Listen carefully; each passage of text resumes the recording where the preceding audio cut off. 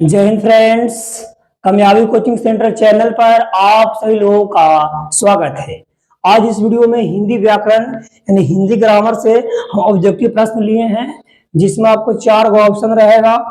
MCQ multiple choice question, इसमें एक आपका सही रहेगा। तो चलिए, सबसे पहले क्वेश्चन नंबर 1 यहाँ पे है निम्न। निम्न का मतलब क्या, जो नीचे दिया गया है। निम्न में कौन भाववाचक संज्ञा है? तो किसको बोलते हैं भाववाचक संज्ञा? इसमें महसूस हो यानी कि फीलिंग हो।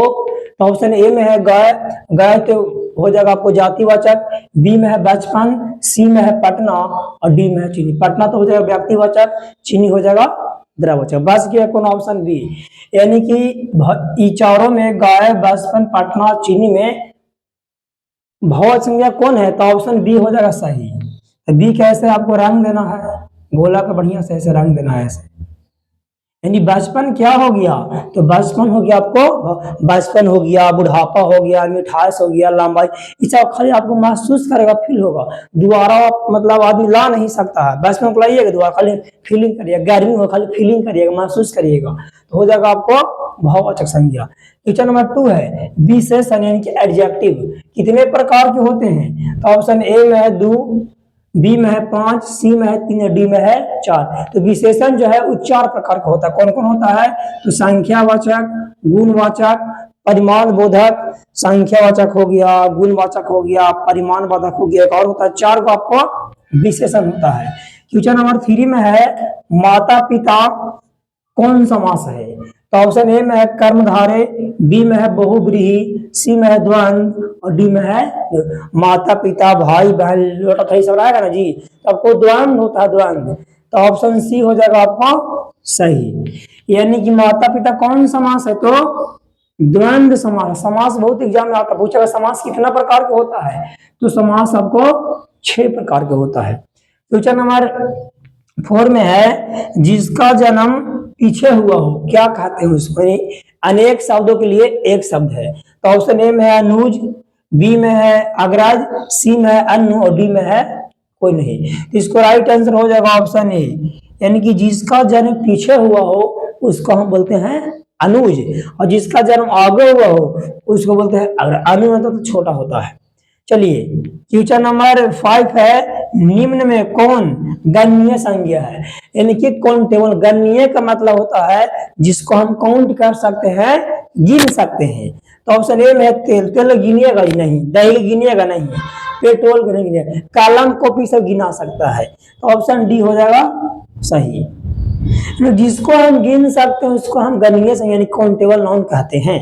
चलिए, क्वेश्चन नंबर 6 है निम्न में कौन संधि के भेद है? पूछेगा संधि क्या है? तो संधि का 3 भेद होता है, स्वर संधि, व्यंजन और विसर्ग संधि। तो कार्यक्रम में चारों में कौन संधि के प्रकार है? ऑप्शन ए में है गुणवाचक, ये तो आपको हो गया विशेषण के, बी में है विसर्ग, सी में है व्यक्तिवाचक और डी में सभी। तो इसको राइट आंसर हो जाएगा ऑप्शन बी, यानी कि जो विसर्ग है वो संधि के भेद है। चलिए, क्वेश्चन नंबर 7 में है तथापि। तथापि का संधि विच्छेद क्या होगा? तो ऑप्शन ए में है तथ प्लस अपि, बी में है तात प्लस अपि, सी में है तथा प्लस अभि और डी में है सभी। तो इसको राइट आंसर हो जाएगा ऑप्शन सी हो जाएगा, यानी कि तथापि का संधि क्या होगा? वो तो तथा प्लस अपि हो जाएगा। तथा प्लस अपि और क्या होगा? तो तथापि होगा। क्वेश्चन नंबर 8 में है चकमा देना मुहावरे का क्या अर्थ है? तो ऑप्शन ए में है धोखा देना, बी में है सहायता देना, सी में है पैसा देना और डी में है कोई नहीं। तो इसको राइट आंसर हो जाएगा ऑप्शन ए, यानी चकमा देना का मुहावरा क्या होगा? तो धोखा देना हो जाएगा। क्वेश्चन नंबर 9 है निम्न में कौन सा गाय का पर्यायवाची शब्द है? पर्यायवाची शब्द का अनेक आर्थिक शब्द बोलते हैं। पर्यायवाची का मतलब क्या है? एक शब्द का बहुत सारा अर्थ, यानी गाय को और क्या क्या बोलते हैं? तो ऑप्शन ए में है गौ, बी में है धेनु, सी में है सुरभि। ये गाय के तीनों नाम है, गौ, धेनु, सुरभि, और ना होता है गौरी, भद्र, दुग्धी। इसको राइट आंसर हो जाएगा इनमें से सभी, यानी कि गाय को जो अकॉर्डिंग टू ऑप्शन के अनुसार गौ, धेनु, सुरभि तीनों बोलते हैं। तो डी आपको राइट आंसर हो जाएगा। क्वेश्चन नंबर 10 में है शिव का विशेषण क्या होगा? तो ऑप्शन ए में है शंकर, बी में है शिवेश, सी में है सैव और डी में है सेल। तो इसको राइट आंसर हो जाएगा ऑप्शन सी, यानी सीयू का विशेषण क्या होगा तो सैव होगा। क्वेश्चन नंबर 11 है, तुम्हें क्या चाहिए? रेखांकित शब्द, रेखांकित मतलब क्या, जिस पर लाइन खींचा हुआ है। किस पर लाइन खींचा हुआ है? क्या पर, यानी भाट पर, क्या पर लाइन खींचा हुआ, तो कौन सा सर्वनाम होगा? तो जो प्रश्न करता है बोलते हैं हम प्रश्नवाचक। तो ऑप्शन ए में निश्चयवाचक, बी में है प्रश्नवाचक, सी में है समान मतलब, डी में है निजवाचक। इसको राइट आंसर हो जाएगा ऑप्शन बी, यानी क्या क्या हो जाएगा तो प्रश्नवाचक सर्वनाम हो जाएगा। लास्ट क्वेश्चन नंबर 12 में है, विमुख शब्द का उपसर्ग क्या है? उपसर्ग पहले होता है, जो दिया गया है ना उसको मेन हम जैसे लिखा है विमुख, तो विमुख का मेन तोड़िएगा, इसको अलग ऐसे करिएगा बी प्लस मुख, तो मुख जो अलगे निकल गया मेन था बस या कौन सी बी, और बी में कौन सी हर्षाई की दीर्घाई, तो हर्षाई है। तो ऑप्शन ए में है बीम, बी में है बीमू, सी में है दीर्घाई बी, और बी डी में है हर्षाई बी। तो इसको राइट आंसर हो जाएगा ऑप्शन डी, यानी कि विमुख का उपसर्ग क्या होगा तो बी हो जाएगा। और प्रत्यय पूछेगा तो लास्ट में होगा।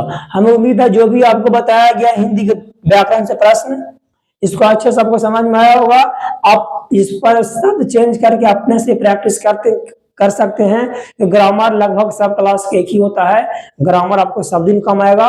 फिर आपसे बहुत जल्द नेक्स्ट वीडियो में कामयाबी कोचिंग सेंटर चैनल को आगे बढ़ाएं।